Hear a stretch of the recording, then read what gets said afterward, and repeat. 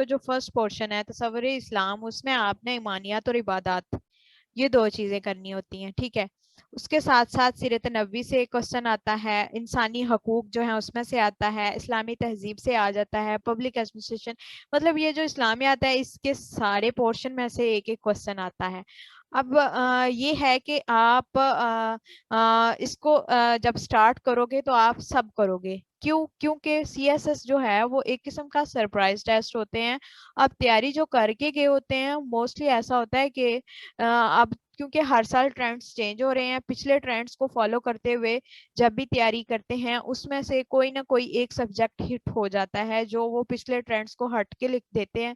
तो बच्चे पिछले ट्रेंड्स को फॉलो कर रहे होते हैं तो उनके लिए प्रॉब्लम हो जाती है। तो इसलिए जो सिलेबस दिया हुआ है वो तो कंप्लीट करना ही करना है। अब ये है कि जब आपने रिवीजन करनी है, किन चीजों पे आपने ज्यादा फोकस करना है, वो तब आपने उन चीजों पे फोकस करना है। लेकिन आपने जो सिलेबस कवर करना है वो आपने सारे ही करना है। उसकी वजह मैं आपको बताती हूँ।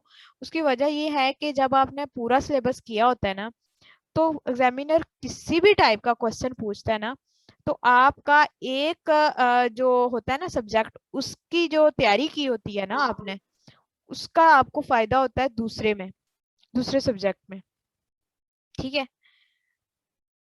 मतलब आप ये कह लो कि एक सब्जेक्ट में अगर आपने पाक फिर के पूरा सिलेबस कवर किया हुआ है, ठीक है, पूरा सिलेबस कवर किया हुआ है, लास्ट टाइम में आपने रिवीजन करते हुए एक दो टॉपिक उसको छोड़ भी दिए हैं, ठीक है।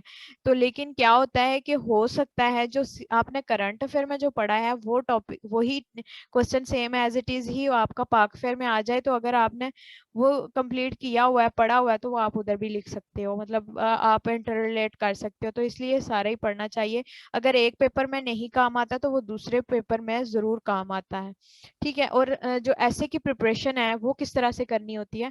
ऐसे की प्रिपरेशन इस तरह से करनी होती है कि सबसे पहले तो आपने डेली बेसिस पे आपने क्रिएटिव माइंडसेट के साथ आपने पेज का जो ऐसे है वो लिखना है।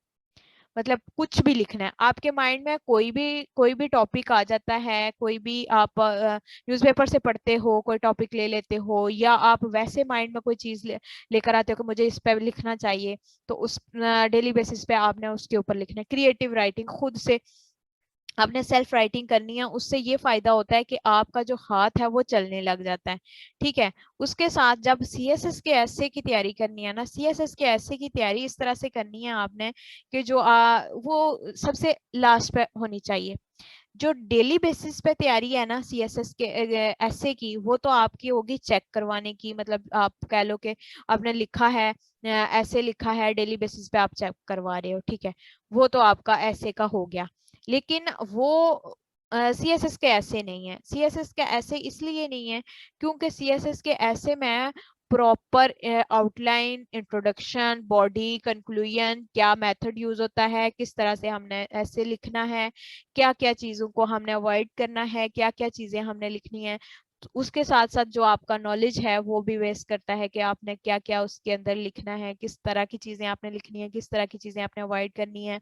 तो ये सारी चीजें जो हैं ये आपने, तो ये जब आप सीएसएस के पूरे सिलेबस से गुजर चुके होंगे तो आपके लिए बहुत आसानी होगी फिर एक फुल लेंथ ऐसे लिखने के लिए, या फिर आप कह लें कि हाफ लेंथ ऐसे भी आप लिख सकते हैं। स्टार्टिंग में थोड़ा थोड़ा करके जब आप ऊपर जाते हो तो वो ज्यादा बेनिफिट होता है एज कम्पेयर टू जब आप एकदम से छलांग लगाते हो। तो ठीक है, ये तो हमारी मतलब मेरी तरफ से जो आपको है